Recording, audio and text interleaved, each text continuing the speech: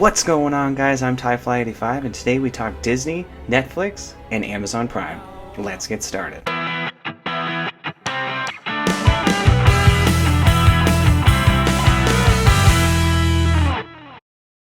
What's going on, guys, and welcome back to another episode of MG Nights. Now let's just go ahead and jump right into it. Now Disney has just closed a deal with Rian Johnson on brand new Star Wars trilogy series. I am so excited for this, you have no idea. And Disney is planning on a live action TV series for Star Wars. Oh my goodness, I am so excited. Now Disney is planning on having this air on their brand new streaming service that Disney is having come out later in 2019. Now Disney chairman Bob Iger announced the Star Wars news during the company's quarterly earnings call. In addition to the Star Wars TV series, Disney is working also on a Pixar adaptation of Monsters, Inc., also the Disney Channel's High School Musical, and an original entry from Marvel. Now, Rian Johnson is the director of Star Wars The Last Jedi, which is due out December 15th. It looks like an amazing movie. I'd highly recommend that you all definitely pre-order your tickets. In some places, it may already be sold out, so definitely go check those out. Now, another statement that Iger did make in saying that Disney would produce 4 to 5 original movies a year for their new streaming service, in addition to the original TV series that they're going to be offering. Iger also said the Disney branded streaming service to be very competitive with Netflix overall in pricing, because they do understand that there's not going to be a lot of content, and they're definitely just going to have a smaller title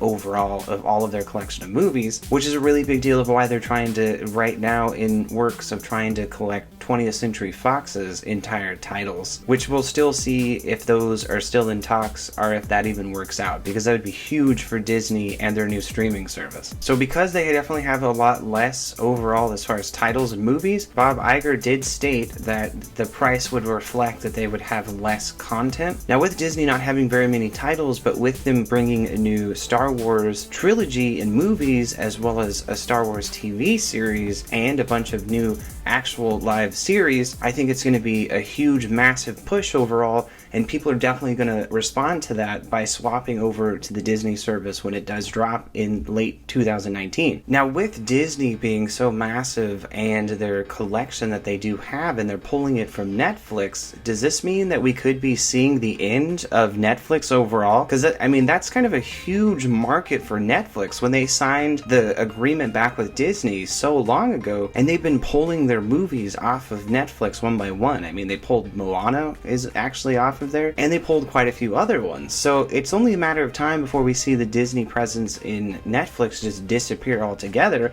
And at the end of 2019, when their streaming service starts, we're going to get so much more. We're not going to get the same category as Netflix, because they're still going to have more movies, but the properties that Disney has is just going to be amazing. And it's definitely going to be worth checking out. Now, with it being less than the price point of $10.99 a month as it is with Netflix, I mean, that's just going to be an overall major seller that people are going to go flocking to Disney, because I mean, anybody who has a kid is going to love all of the Disney movies, and anyone who's an adult that loves Disney is going to love all the Marvel, Star Wars. It's just going to be an overall win-win for everybody, honestly. I think that the streaming service is going to do great, and if they bring it out at the right moment with the right price point, it's going to do amazing. I don't know about you guys, but I'm definitely really excited to have a new Star Wars trilogy. With the Skywalker trilogy, they're kind of verging off from that, so we get all new characters, all new series. It's just definitely going to be amazing overall. I'm very excited for it. I would love to hear if you guys are excited for it. Are you excited to see a new television series for Star Wars? Are you also excited to see a different trilogy overall that isn't heavily on the Skywalker trilogy? I just think it'd be definitely really fun with how much money that they're going to be able to put into each one of these movies, as well as also the amount of money that they're going to be able to put into the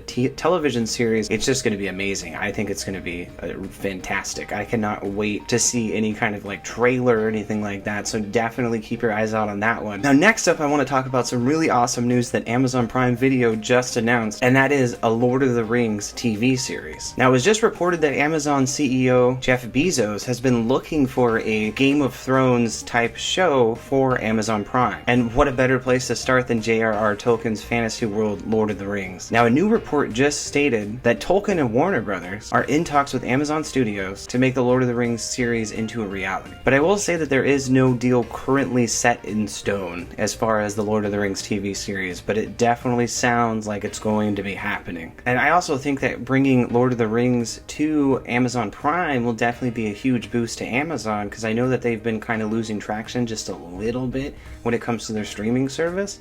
Now, they do have a lot of original content on Amazon Prime and a lot of different things going on with Amazon that they have so many focuses in other places.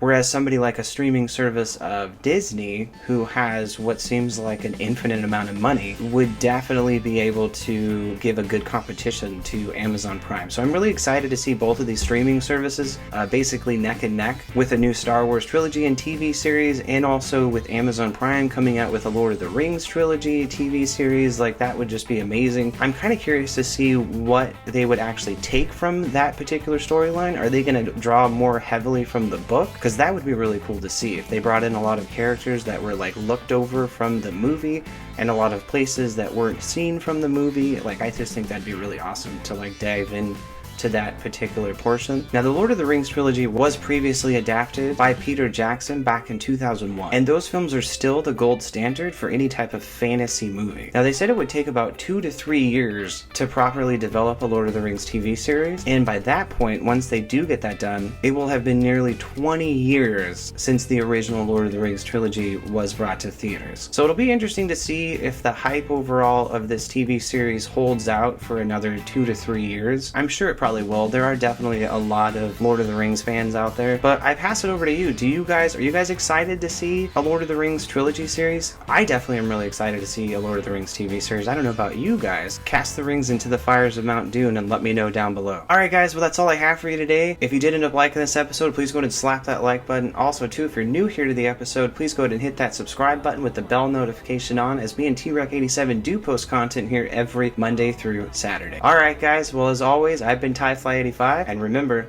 stay awesome.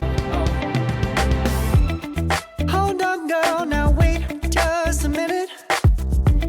I've got something to say, you should hear it. Oh, I'm happy to make time for your feelings, but you have to admit